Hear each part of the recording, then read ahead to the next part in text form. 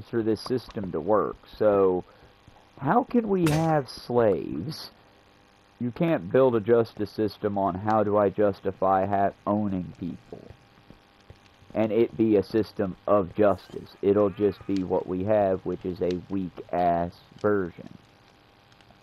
Because, oh yeah, y'all, in the same week that the Freedom Flotilla moving across to bring an unarmed, I need to be so specific on this, an unarmed flotilla of 20 to 40 somethings, of like maybe 30 people tops, gathered up all the supplies that you and I and good people could get and donate to these poor starving children in Gaza.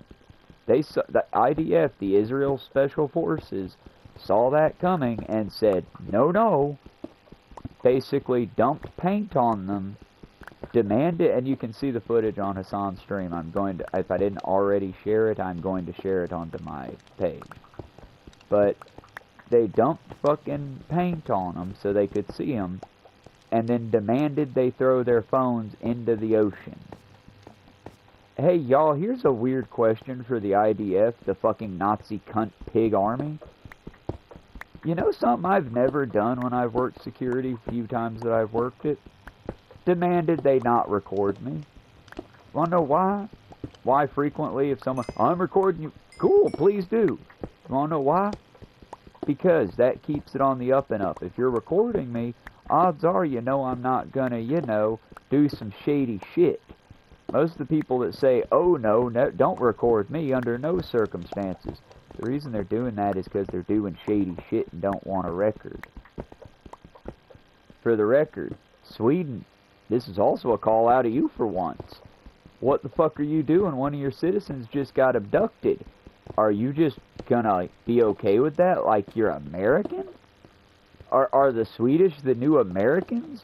What y'all gonna do next? Get a 13th Amendment, get some slavery going?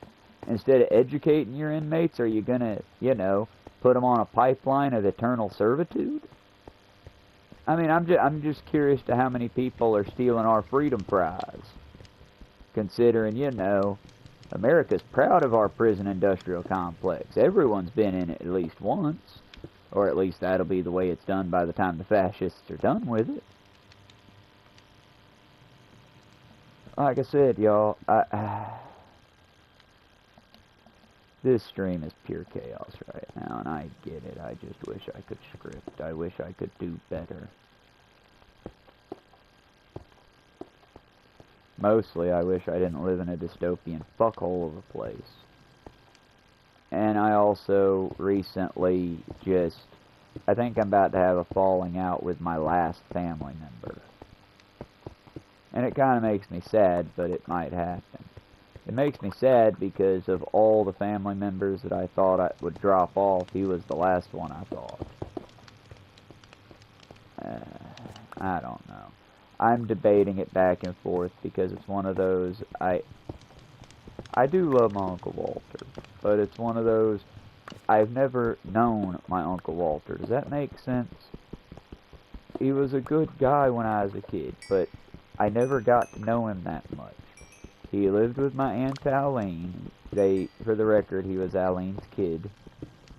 And I was always taught as a child, oh, he has a mental disease, be nice to him, but watch him, be careful. That's some shit that my mother told me, that's some shit my uncle told me, my Uncle Chris, the one that lived with us, constantly on and off. But that's something Chris told me, that's something my mother told me, that's something my aunt told me whenever she was around and sober, is just, yeah, he's a good guy, but he's a little touched in the head and he's a little slow. As an adult that has met this man, at least once at Dad's, well, I think I met him once at Dad's funeral, as an adult, not just as a kid that thought he was a super cool uncle who had, like, all the collectibles. Well, that's the thing, is, I think he's gotten into one of those terrible Facebook groups. He keeps sending me these stupid religious messages. Like, it looks like AI pasture bot sent him out. And shit like, we need to be nice to the leader because this waste happened under Biden. And it being just this little cookie cutter list that I'm like, I mean, okay, but not really, and none of that shit's real waste. I mean, oh, 40,000 pins and 50,000 vehicles got misplaced, damaged, or otherwise destroyed. You mean social workers had, like, flat tires and shit? I mean, you can catastrophize anything, but... And for the record, I even, in the message I sent back to him, I was like, don't think I'm defending Genocide Joe. I hope his anus cancer hurts real bad as it fucks him up. I hope he feels 1/10 of what the children of Gaza had to go through that he directly put them through. But, and let's be absolutely goddamn clear here, that genocidal old fucking war criminal with anal cancer would still be better than Trump. Trump is the worst possible president we could ever fucking have. And I'm sorry, but if you don't believe that, fuck off then. I'm done dealing with you. I ain't got fucking time for you. Because that means either you're a soft-end Nazi or a hard-end Nazi. And I don't really want to find out which one, because, you know, my first thought when I see a hard-end Nazi is, let's throw hands. If you're going to be a fucking Nazi, let's make you look like one. Let's rip out that eye. Let's give you a fun scar. Let's fuck you up, boy. But I don't think Nazis should ever feel comfortable in my country. I personally think that we should be doing more to kill fascists. In Minecraft, in video games, y'all, again, I'm a victim of my ADHD today. And I'm trying my best to be, like, happy and try to give y'all a good stream that isn't just anger. But it's hard when, like, the world is such a goddamn terrible place. And literally, as I try to break away from it, I just see more and more terribleness everywhere. And like I said, when Walter sent me that stupid fucking Facebook message, it was like, God damn it, if it weren't for Zoe, Patty, Jody on occasion, I would just uninstall Messenger, because fuck this garbage app. Honestly, fuck all the garbage social media apps. I am done with them for the most part. I realize I'm on a social media app like YouTube right now. But, I mean, like, as far as getting on there and giving them all my information and posting sick memes and doing all the things that will bring them the attention and money they require. Because remember, kids, we're in America, so if it's not selling you a product, you are the product it's selling. Remember that. For anyone that ever says, oh, it's free, but is it? Stop trying to drink my coffee. You've got water in the bathroom. Coffee's bad for you. And quite honestly, I don't want to deal with one of you murder mittens all hopped up on caffeine. That sounds like a bad time for everyone involved. But yeah, y'all, like I said, I'm doing my best, but I am not doing well. Then, after all that hard labor of getting everything done as fast as I possibly could to the best of my ability, and again, I am calling out Gaylord and his ilk, but like, the boss, nah, Donna, you did great. And I know how sarcastic as fuck that sounds, but you did do great. I mean, you did everything you possibly could, and I saw it in your eyes too. I fucking saw it when I was like, hey boss, the fucking spatula melted. I'm gonna have to dump the fryer. And that blank, hard blink of, wait a minute, what am I processing? And then, Travis, what do you mean the spatula melted? And that, I think we had us a moment, Miz. I think we had us a fucking bonding moment over that, because I was just, yeah, I know you want to close down, don't you? I want to close down too. Let's just fucking close it down today. We'll get the entire crew that's here. We'll scrub the fucker from top to bottom. We'll make it a day, but fuck these customers today. Boss. But Either way, we didn't, and we got it done, and you were very nice, and I appreciate the fuck out of that. I'm kind of on the same page as David, and we should have made the kid do it, but just as the lesson of this is why you don't fucking do that. But at the same time, I also agree that we cannot prove he did it, so unless I see him do it, I can't say he did it, you know? Get out of my coffee, you little thieving cunt. I should not have to just hold this shit all morning.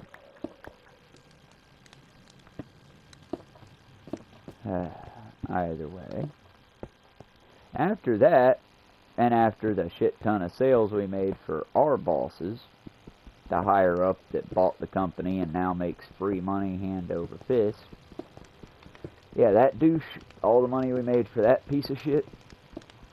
But either way, after that, one of my coworkers who typically gives me a ride home couldn't. And again, I'm not, in no way am I being judgmental, because honestly, I'm just appreciative when they can. I understand when they can't. When their mother picks them up, I basically tag along because they're going to Taylorsville, which is on the other side of U-Harley, which basically means they can either take one route or go through U-Harley. So basically, them taking me home is just picking Route B instead of Route A. No extra mileage. That's why I can justify, hey Travis, you need a ride? Oh yeah. That's why I can justify getting a ride. When she can't do it, another one of my coworkers who just has the extra gas usually and doesn't mind, James, does it. And typically I hear him go, dude, I just can't believe you walk this every day. Because people who give me a ride home realize, oh wow, it's not only like 5 miles, which is 5 fucking miles, but it's also like hard rough terrain. I'm talking 90-degree angles on both sides of the road. Or you'll have a sort of 90-degree angle, sort of a little bit more of a obtuse rather than acute angle.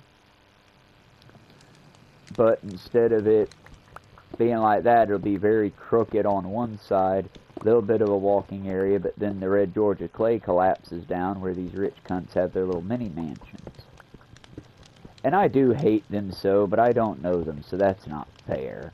But I see their little McMansions and their boats and their campers and their RVs looking like a fucking commercial. And I'm just like, what the fuck did y'all do? What the fuck did y'all do that means you get to live like this, and yet people that I know bust their ass and busted their ass for years and years and years and years, and they're working hard just to make sure their kid can be a fucking mechanic. And I mean, busting ass just to give their kid the bare minimum. Why did they have to do that, and yet you and yours get to live in fucking Twilight over here? And that's what the little McMansions look like. It looks like they took the doctor's house from Twilight, and they just, hey, I want this IRL. And I don't want to yuck nobody's yum. In a proper society, that would be cool. We could be like, yeah, look at that design. They got creative. Boy, aren't we all creative. But I can't do that when I know that, like, 2 of my neighbors probably haven't eaten in a day.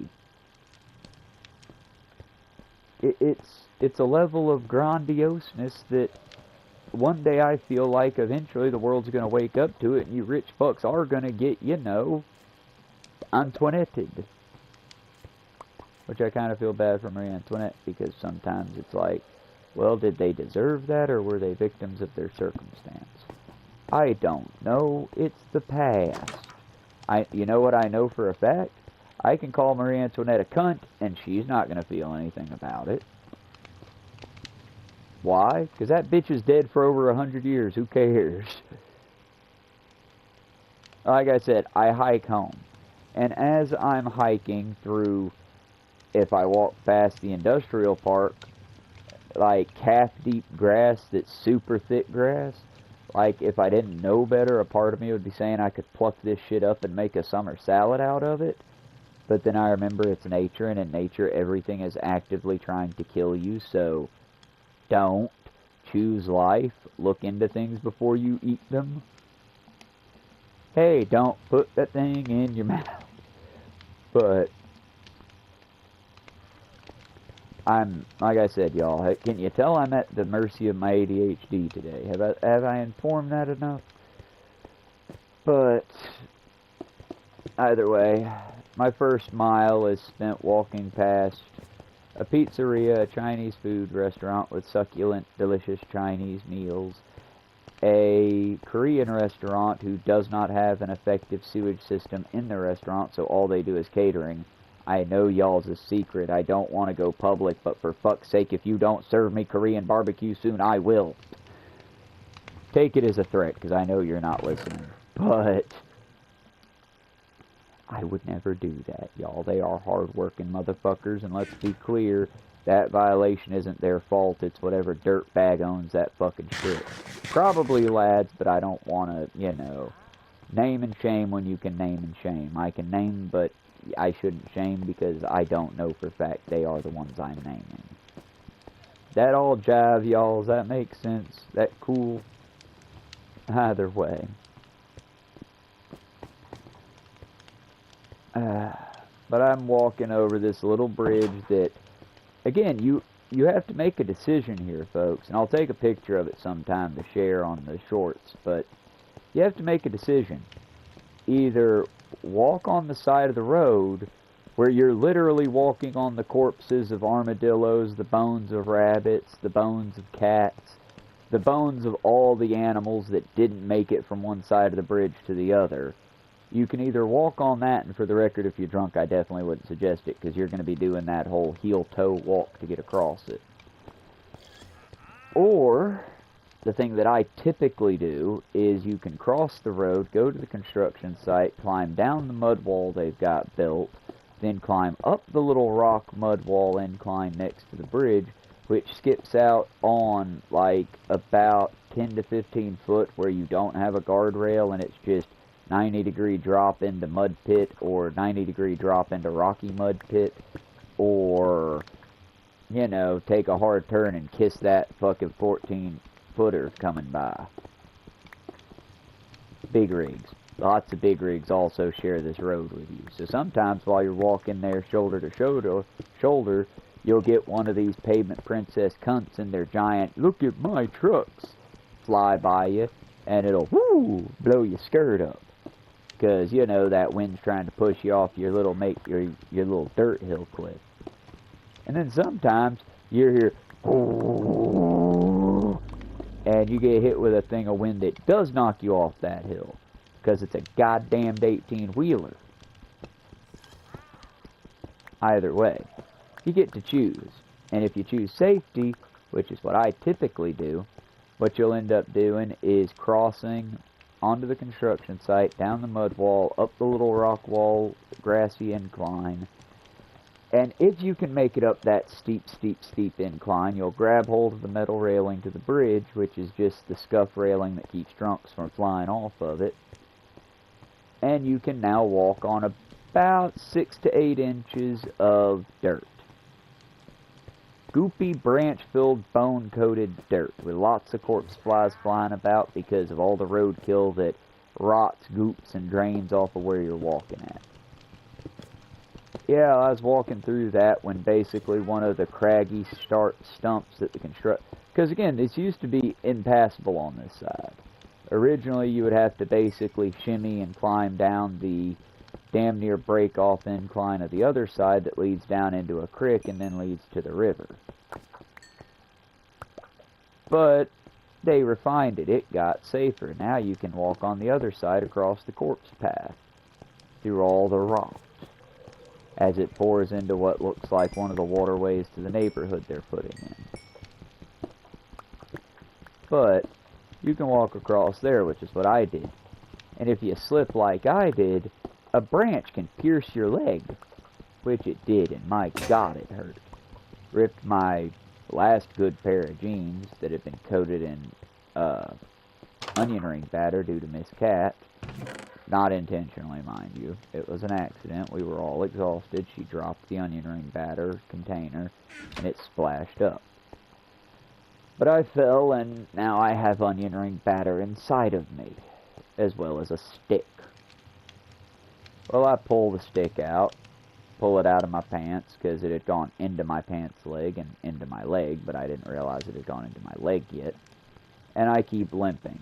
I limp by the oldest house I have ever seen. And it's just a little shotgun house off the side of the mountain that looks beautiful, but it probably won't be there forever. And as I'm hiking past it, just limping, doing my best, I then walk the remaining 4 miles home. After walking 5 and being on my feet all day, running the fuck about, I then walk the 4 miles home with a bad limp. And on that 4-mile walk home, I am just ever so tired, because the grass on this 4-mile walk ranges from ankle deep to knee deep to shoulder deep to I don't think the motorists could see me anymore. And it's just, on that path, I shit you not, there are corpses galore. I constantly have to pull out my handkerchief and cover my mouth like it's the fucking bubonic plague era, because, oh my god, the smell. But then again, what do you expect? I'm in Bartow County, Georgia, one of the laziest counties in all of Georgia. A place where they literally don't give a shit about the civilians unless you're a congressperson or a business owner. And even then, they don't really care. They'll just treat you like a human, as opposed to, oh, you're a vagrant? Well, fuck you, bitch, let's lock you up. Like I said, it's Georgia. It gives you that New York love. You know the feeling. You know, if you really want to feel love, travel to New York as a tourist, wearing the I Heart New York sign and or the I Heart New York t-shirt and the I'm a tourist cap. Go do that and you'll experience what it's like being a basic resident in New Harley that isn't loaded to the gills with money.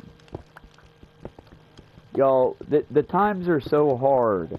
When I got to the end of my 5-mile walk to the gas station, and I debated hard on, do I buy coffee because I'm very much dehydrated and I want wake-up juice, or do I just suck on my spit for the next 400 to 800, well, not really 400 to 800, about a football field.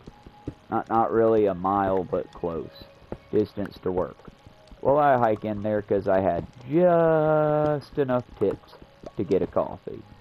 And as I'm going in, I see this old boy sitting there, and he's like pacing. He looks like he's having a concerning day. So, being the Good Samaritan I am, after all, the day before yesterday was Good Samaritan Day, I'm like, hey bud, hope you're doing good. Morning to you. Wild storm. Hey buddy, can I pawn you my bike for $10? I made it myself. What? Yeah, I made this bike here. I made it myself. It's like, it's gas powered, but you can switch between gas and battery. He had a bicycle, and I'm not going to say it wasn't ingenious. It was kind of fucking ingenious. I don't know if he himself invented it or bought it that way, but it was a bicycle with a little tank built into it that he had probably purchased off the internet that fed to a little thing that basically spun the wheel. The little leg wheel thing. Where basically you flip a switch that he had installed on the handle and it would vroom vroom.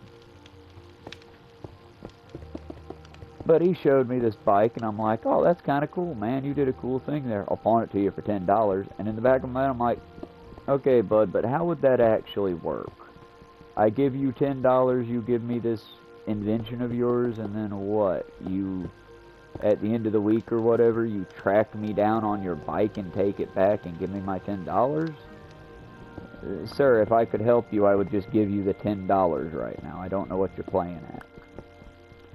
But I mean, I hated it. I couldn't even give him a few dollars. I wanted to at least give him some change, but I'm kind of glad I didn't, as on the walk home, I purchased a horchata from the gas station. Mild mistake. Horchata from a Hispanic restaurant, good idea. It is the quenchiest. It's very thirst quenching. It tastes delicious. The lightest fucking hint of like cinnamon and it's a good beverage that's hard to describe. I had the it's probably name brand for what it is. I had the Hispanic store name brand, just horchata, and it's written down the side of the can. It's got a picture of what looks like a churro roll on it, the little delicious cinnamony snack, but it says horchata, rice milk drink. And again, I've had horchata at El Nepal, and my waitress, who I love very much, Swayze, gave it to us, and just let me try a little, like, she brought me a shot glass of it to try, because I had never had horchata, but I had heard very mixed things about it. And when I tried it, I'm like, oh, so, and again, it sounds disgusting when I say this, but it's not. Oh, so it's basically cinnamon eggnog Gatorade. That's a cool thing. And I mean it. It was cool. It tasted pretty good. And it did quench my thirst quite well. I think we ordered one to go that day. But it made a lasting mark. And, you know, living in a fascist hellscape that I do that is America, I tend to try to, one, I buy American as few and as little as I can. I will proudly buy American when America is not a fascist shithole. For now, bring me those good Chinese products. Or bring me those Mexico es muy bueno. Hey, Canadians, I'll take your products too. I just refuse to buy American if I can help it right now, because I won't buy Israeli products either. I don't want to fund a genocidal pig army. And I still feel that's an insult to pigs. Pigs aren't as monstrous or as disgusting as genocidal cunts. But I'm digressing hard due to my hate. Sorry, y'all. But either way we cut it, I'm now walking with a lovely new leg piercing and a scrape. Also somehow scraped the other knee, and I don't even know how I did that, but my God, every bend hurts. Every bend feels like I'm just ripping the skin a little bit more. And yet I march. I march because I have no fucking choice.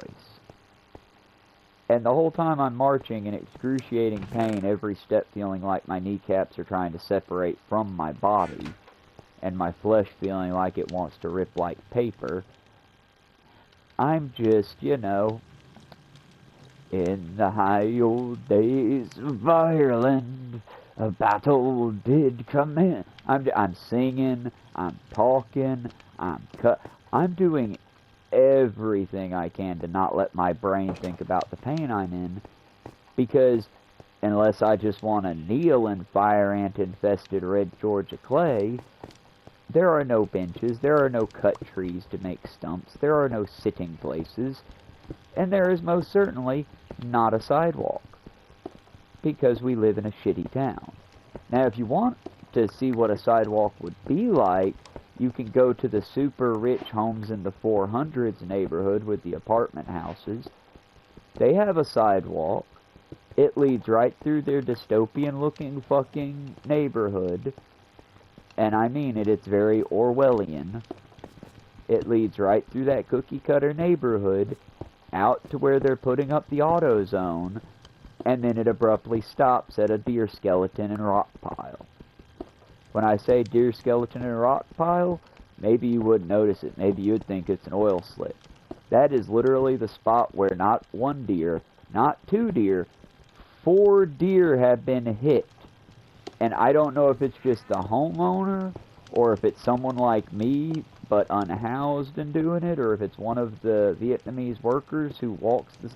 Because that's the thing, y'all. I don't see who else shares my route, but I know I'm sharing a route with somebody because I have shared soup, I have shared a couple beverages. I'll like, again, being who I am, a little crazy, as I'm walking, I like, on one of them, I left ravioli on a rock. Just unopened can of ravioli with a little smiley face note that said, "Is anybody out there?" On my walk back home about a day later, I come across a bottle of Gatorade with a smiley face on it. And after checking to make sure the seal was indeed sealed, I was like, oh, that's fucking cool. We got us a trade route starting up. And so I just started doing that sort of thing. I've also started, because there when I thought I would be a homeowner, I was a hopeful dipshit, y'all. When I thought I'd be a homeowner and have a chance at a good life, I spent a lot of my time buying seed packets, with the hope of growing our own food at the house. Well, that plan never came to fruition, mostly because, other than myself, most of my family seemed to be made up of lazy cunts who don't know what a real job is. And in the case of my cousin, he would only work a job as long as he absolutely had to. In the absolute moment he knew someone else would give him money, he quit. No 2 weeks notice, no stick, no, just quit. Just bye, peace out, bye. And due to this, hard to keep up and maintain house bills. Being, you know, on a fry cook salary in a country that you're not meant to have nice things as a fry cook. I'm an example, y'all. But I collected a shit ton of seeds hoping to build a little farm for the community and all that. And a little neighborhood farm that would subsidize my own food needs as well. And since I, you know, don't have that option anymore, I'm sort of crashing with a buddy until that all gets sorted out. And hopefully, fingers crossed, in an ideal world, I purchase a fucking good RV. Recreational vehicle is now the house.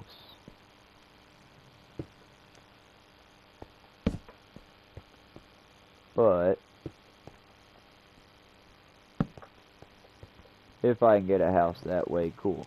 Otherwise, I'm sitting here debating the legality, but I've Googled it, I've looked it up, I've done everything but ask cops, because cops aren't your friends and they will arrest you if you just come up and admit to a crime.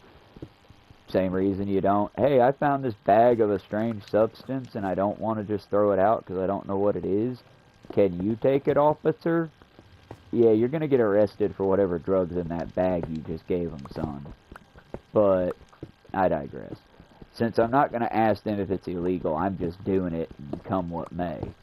I've been taking my seed packets and cantaloupe seeds, watermelon seeds, cucumber seeds, tomato seeds, cauliflower seeds, basil seeds, seeds. I'm just throwing seeds. I'm Johnny fuck you seed out there.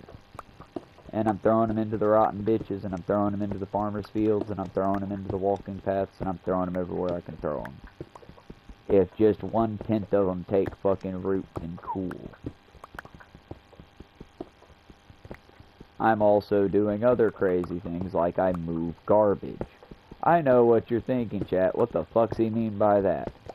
No, I'm not picking it up as much as I would love to have the time to do that. What I'm doing is I'm kicking it. I'm kicking it. I'm just kicking that garbage on down the road. I'm kicking it into storm drains. I'm kicking it until I find a trash can and I can actually throw it away in a proper refuse bin. I'm just kicking that shit. For a purpose, I'm doing it for a reason. The whole plan is basically to, you know... The plan for spreading seeds is to give enough food to where hopefully these pests and other species get to survive with us without becoming so pestersome that we murder them in horribly cruel, unthinkable ways. But also, you know, kind of hoping that building that community up. But yeah, I walked home on 2 bloody legs to get home to a kitten having waited for me to get home and then passing away. It was quite sad. They're waiting to be buried. And my dearest friend David had to deal with some uppity neighbors that aren't our neighbors. These people came from Cedartown to basically say, oh, we think you're abusing cats. They think we're abusing the neighborhood cats that we feed, y'all. For the record, I personally own 4 cats. These are my cats. I love them very, very much. All the rest of my found family cats, who we have a good number of and I love, are strays. They're animals that we love very, very much, but just popped up one day. And yes, I know it's our responsibility. We need to get them fixed. I want to get them fixed. Expensive. And if you pop up saying, hey, I'm out of Cedartown, would you like to get your pets fixed? I would very much like to, yes. I will do what I can to help. Here's the problem. One, my friend didn't know who the fuck you were, because never met somebody like you. And we're already dealing with the loss of one of our pets, an actual pet of his, one that we had known. We watched him get born. We held them in our arms. We wiped the afterbirth off of them. We took care of them and raised them, and their mother is gone. Their mother died the past a year ago, I want to say. So when you decided to abduct them for the betterment of your feelings, you took a beloved family member. And what's worse, if you just wanted a cat, I've got neighborhood cats that you could happily take one and adopt if you wanted. I've got kittens here that were just fresh born somewhere nearby that we're taking care of, because what's our other option? Leave them out in the nature for Pan to take care of? I'm not a fucking monster. I saw a baby in need, so we took in a baby. But these people from Cedartown come through. And again, he described them as a couple old people. About 50-ish, 60. And they're just, oh, well, we're here to help the animals. We feel you're neglecting them. Y'all, they've been littering at the Dollar... From what I can tell here, this is all purely accusational, because I work too fucking much to keep the beat on this. But they leave food at the Dollar General out for cats. And they basically bait the cats, and they get the cat to come close, and then they abscond with it. And again, if you're dealing with, like, if you're part, and if they had used any of the hot words, that's why I'm like, I think, like I explained to David, who was very upset and emotional, and I understand why, being, you know, one of our kids is missing, and nobody gives a shit. And I get that. Y'all, I have a hard time in this world because I get overwhelmed a lot. And in the case of this, it's like, I get that to you these are just cats. Who gives a shit? There's literally a genocide going on right now, and one of the few good people we've got, one of the few people that isn't just a fucking sellout piece of shit, just got abducted by one of the most genocidal armies this world has ever seen. A place that's not only so evil and genocidal that they won't just slowly kill somebody. They'll murder someone and then make a sporty game and fucking holiday out of it. And then speak unabashed on places like our news networks. Again, talking about the, I want to say, American journalist who stood up to the IDF basically colonizing Gaza. And when she stood up to them, settlers and IDF soldiers ran her down with a tank. Unarmed, not fighting, not warring, not hurting or threatening anyone. Just, hey, somebody already lives here, please don't steal their house. Swiper, no swiping. And for this, they thought she deserved to be crushed slowly by a tank. Crushed to death by a tank. They do a pancake breakfast once a year to celebrate. I mean, I don't know why I'm surprised. This is the same IDF army that bombed and sank a U.S. military Navy ship, causing the deaths of all men on board. And what did the U.S. military do? Oh, well, fuck those soldiers, right? We don't give a shit. We love the IDF. We love Israel. So yeah, they let a fucking entire Navy ship get bombed the fuck out of the water while trying to save civilians who were also being bombed by the IDF. Tell me again how good our country is, please. Please, Walter, share me some stupid bullshit about how bad Biden is and how horrible waste was, when we are about to have a military birthday parade for the Grand Fuhrer. Yay, Fuhrer! Don't we love our tiny fucking president cock? Yay! Mr. Shin Splints that couldn't serve as a muck scraper. Yay! I hate this country so goddamn much. No, it has... Y'all, I do think I'm being radicalized by my country. Help and send help. Because, genuinely, I went from just, yeah, America's not that great, y'all. We aren't the star-spangled greatest. To, I am very fucking close to understanding why groups of people yelled Allahu Akbar and blew shit up. I'm getting very close to that radicalized level, and not because, oh, I've been watching Palestinian propaganda. Oh, no. No, y'all, I've just been paying the fuck attention. And I'm not a piece of shit coward or liar. And I do think that there should be justice in the fucking world. I think that maybe you shouldn't be judged for your people, but if your people are doing outright evil shit and your only response is, oh, skill issue, beist. Yeah, no, your people don't deserve to exist anymore. That society shouldn't exist. For the record, not talking about Jewish people, talking about Israeli settlers. There's a big difference. If you don't know the difference, you're part of the fucking problem. Same as, do I have a problem with people in funny hats with buckles on their shoes? No. Do I got a real problem if any Puritans are still out there? Bet. Like I said, y'all, I'm just a loud asshole, and I'm very tired of being stuck in this dystopian hellscape, and I want to do anything I can to make it better. But genuinely, y'all, I ain't got answers here. All I can say is, if you see somebody that supports the IDF, be a cunt to them. You see somebody wearing that, I'm a proud American. Yeah, be a cunt to them, because either educate them because they're stupid, or tell them to go fuck themselves because they're a piece of shit. One of the two. There's no in between anymore. There are no good patriots. I'm sorry, there are none. This is not something you can be patriotic of. This is unspeakable, man. There was a flotilla of people, a fucking non-aggressive, goddamned boat.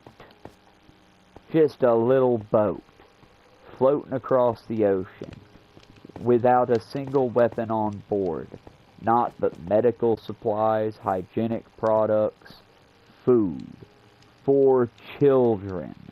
These things were for the children of Gaza. And the IDF, as cowardly as they are, decided, nope, absolutely not, this cannot stand.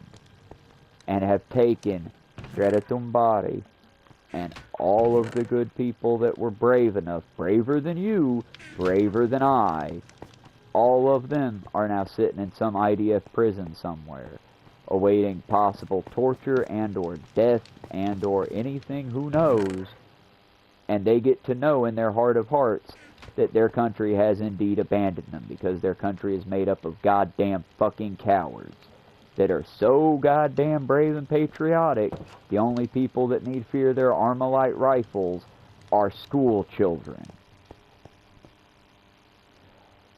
Walter, when I say I'm no longer a proud American, I mean you should be fucking ashamed to be an American. I mean, much like myself, you should feel the shame that it is to be an American. And if you don't, then just fucking lose my number, dude. I'm done. I loved you as a cool uncle. You were, as a kid, a very strange person, but someone I could feel safe around. Someone that would give me these neat little, I don't know what they were made of, but they felt like made out of eraser parts action figures from shows that I don't remember the name of, and I couldn't tell you the name of, but you would tell me about them, and we would watch little bits of them. Kurt, you were my fucking YouTube streamer before YouTube was a fucking thing, man. And I'm sorry to be mean with my words there, dude, because you are, to my knowledge, a good person. But some of the shit that you share to me from Facebook, man, it's like, What happened to my uncle? What happened to that cool dude? Because, yeah, I didn't get to hang out with you enough. I'm sorry, my family genuinely thought that you were touched in the head, or possibly, you know, you would touch me. They didn't realize that the one they needed to worry about that was Alfred Willis Weed. The fucking dude that they had babysitting me. Yeah, name 'em, shame 'em. That one I can. But they thought you might be a danger. So I didn't get to hang out with you that much. But you weren't a dangerous person, were you, Kurt? You were just a cool guy that really wanted friends. And because you really wanted friends, you would do really nice things, like give me, like, little toys out of your very vast collection of toys. You would talk to me about cartoons that were cool, but I had never heard of them because they stopped running on the air long before. Yeah, y'all, he's the one who introduced me to He-Man. He's the one that introduced me to that one show, not Johnny Quest, but Johnny Quest adjacent, with the, like, bird and the thing that would shoot stuff out of its nose. He was a cool uncle and a good guy. And I just... Y'all, I'm tired of everything this country has stolen from me, is all. And let me be clear here, I am not a fucking victim of my garbage country. I am, unfortunately, a benefactor of it. But I still hate what it has stolen from us. The great cypress wood that would have been a not only tourist trap, but amazing thing for both preventing global warming, holding New Orleans in place. And hey, y'all, you want to know why New Orleans is a fucking bowl that floods once a year? Check out the Mini Minuteman video on the Great Raft. It was a 2,000-plus-year-old log jam that had created a fucking infrastructure for this country. Rich capitalist douchebags decided, no, I want the riverways for transport, and I want these fields for farming. So they killed something that was so big, so ancient, that the native people around it considered it a mini deity of sorts. And they murdered it for money. They murdered it for money, y'all. Don't you feel good? New Orleans, you know, when Katrina hit, you can thank capitalists for that. Yeah, you can blame Bush because he delayed services getting to you and lots of people died. But you know who you should really go back and blame? The river company, the towboat industry, because they built a logging boat. Like I said, I'm probably getting some facts wrong, but check out the Mini Minuteman video on that one. I will post something on that too. But yeah, y'all, we're not doing good here as a country, are we?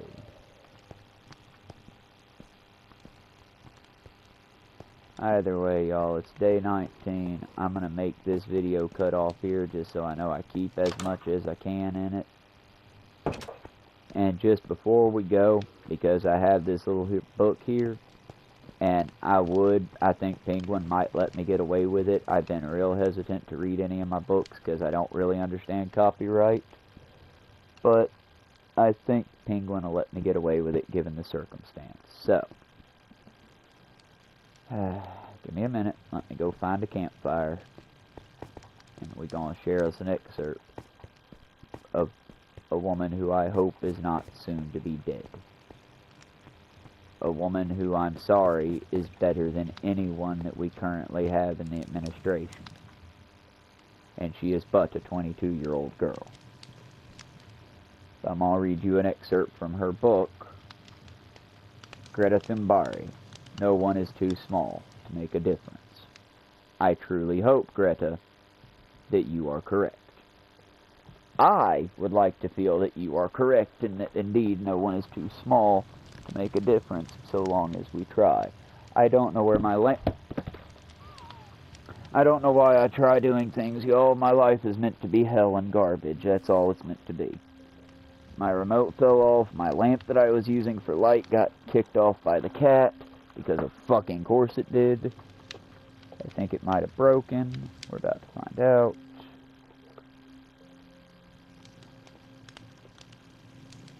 I heard it crash. I just didn't notice it because I was busy yapping about my uncle.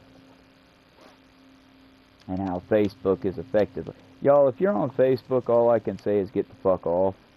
I use the messenger as a means of... There we go, it's lighting up. I use the messenger as a means of keeping in touch with folks, but honestly, if I could find another way, I would. Because Zuckerberg's a piece of shit. All the rich are. We need to kill the rich. In Minecraft, don't actually do that. They're better armed than us, and unlike us, the government sees them as human beings. But we're just going to read a direct excerpt, and I'm going to read bits and pieces on every stream where I can, so that technically we're not stealing or plagiarizing, I hope. Plagiarism is the one unforgivable sin on YouTube. But, Penguin Books. No, ow! I just had a cat in real time do a 360 cut on my knee. Did you hear the baby? I'm not mad at you, baby. I just really wish you didn't have to hurt me for fun. Come here. Baby, I can't move you if you dig in with your claws. Sit. Yes, sit. You good? Good. Now listen to the nice lady speak, because she might be dead soon, so her words are important. This is from Penguin Books. This, I don't know if it's Greta or just the novel itself, but Penguin Books, no one is too small to make a difference. Greta Thunberg was born in 2003. In August 2018, she decided not to go to school one day. Starting a strike for the climate outside of the Swedish parliament, her actions ended up sparking a global movement for action against the climate crisis, inspiring millions of pupils to go on strike for our planet, and earning her the prestigious Prix Liberté, as well as the Nobel Peace Prize nomination. Greta has Asperger's.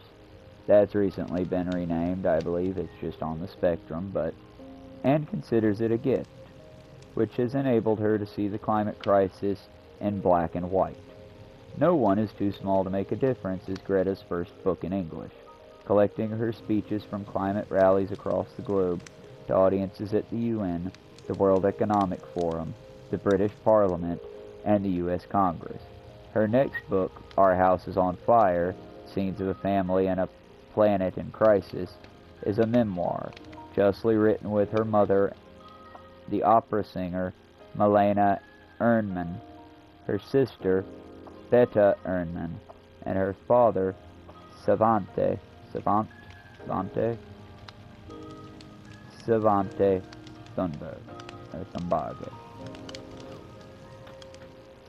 That was the initial excerpt. That is who she is. If you listen to the washed up piece of beef jerky, the dumb fucking podcaster Joe dumbass fucking Rogan, the empty-headed twat. Hey Joe, don't like what I'm saying? Fight me, you washed up old fucking piss pot. I'm not scared of you, because you aren't anything but a washed up old piece of shit. Don't like it? Pay for me to meet you in the ring, you rich cunt. You might have been working class once, but nowadays, Richie Rich, I'll stomp a mud hole in your ass with gusto and glee. Hell, you set the stage, bitch. I'll walk out there. We'll make it a fucking spectacle. I'll hike out there to beat your geriatric old fucking ass. Or, you know, have me on your dumbass podcast like you do all the white supremacy, stupid piece of shit. I fucking hate Joe Rogan, and if you're a fan of Joe Rogan, I think you're fucking stupid. Don't like it? Deal with it, bitch. You're listening to a fucking dipshit. But that was the opening. Now we're going to read about every other paragraph, I'll say. I'm trying to mix it up so Penguin doesn't eat my lunch here, because they're a big company and I'm just some dipshit online. But I do feel that Greta's work needs to be memorized somewhere, and my God, I hope it's not on my Minecraft feed. I hope that there's more people, better people to do this. But our lives are in your hands. Climate March. Stockholm, September 8, 2018. Last summer, a number of leading climate scientists wrote that we have, at most, 3 years to reverse the growth in greenhouse gas emissions. If we're going to reach the goals set in the Paris Agreement, over a year and 2 months have now passed. I totally butchered that, sorry. Last summer, a number of leading climate scientists wrote that we have, at most, 3 years to reverse the growth in greenhouse gas emissions, if we're going to reach goals set in the Paris Agreement. Over a year and 2 months have now passed, and in that time, many other scientists have said the same thing, and a lot of things have gotten worse. Greenhouse gas emissions continue to increase, so maybe we have even less time than the 1 year, 10 months those scientists said we have left. If people knew this, they wouldn't need to ask me why I'm so passionate about climate change. If people knew that the scientists say that we have a 5% chance of meeting the agreement. If we have less than a 5% chance of meeting the Paris target, and if people knew what a nightmare scenario we will face if we don't keep global warming below 2 degrees Celsius, they wouldn't need to ask me why I'm on school strike outside Parliament. I'm going to cut the speech there, and we'll come back to it later, because again, we live in a dystopian hellscape, and I don't want to be accused of plagiarizing from our dear Greta. She is, and I want to make this as clear as I possibly can, in every possible way, with every fucking breath I can, a better person than most of the people in your life or mine right now. She has put her entire life on hold, from the age of 16 onward, to fight a fight that most Americans are too fucking stupid to even comprehend. And hey, if you don't like me calling you fucking stupid Americans, my fellow Americans, pick up on the hint, be less fucking moronic. Read a book, rather than climbing up Andrew Tate's asshole, or residing within some streamer's fucking colon. Maybe read what's going on in the world. And when you want to talk about fighting, be about it. Don't just talk about it. Fucking sow some wild seeds. Get a community to fight with you. Build a co-op. Do literally anything but just talk about it. We all gotta do our part, y'all. Stick together. Build your communities. And hell, at this point, I'll say it. Punch a fucking fascist right in their swole little fucking shit brown nose. Punch them right in it. Break that shit. Fuck a fascist up. Fuck those cunts. Y'all have a good day. Be safe. Be strong. Peacefully protest anywhere and everywhere you can. Stand up for your fellows, because right now the fascists are rising like you wouldn't believe. But y'all, anyone who studied economics knew this was coming, because capitalism inevitably and always directly leads to fascism. Be strong, y'all. Stay safe. If my channel's still here after tomorrow, you know YouTube didn't take it down and the IDF didn't nuke me. I'll be continuing to stream as much as I can, but I have lots of cleaning I have to do, and I have lots of things I still have to keep up with around the house as best I can. Y'all be good. Be strong when you are weak. Be brave when you are scared.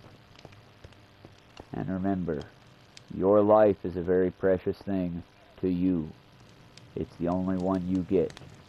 But on the grand scale, we are but moots in the wind. We are less than the insects. We are less than anything else. Find solace in that. And find the strength to fight on. We can do this, y'all. Together, we will see freedom reign. Stay strong, stay brave. Don't ever give up the fight, y'all. Far better than us have died not knowing what freedom even was. I guess this is where we end it, y'all. Be brave, be strong, stick together. When we come back, we'll continue building. Hopefully, maybe even get tweezers or get shears to make a bed. Be good, y'all. And I do gotta say, for the bit of good news on this particular world, Ain't it kind of pretty? We're making it pretty. We made it to day 20. Y'all be good. See you later.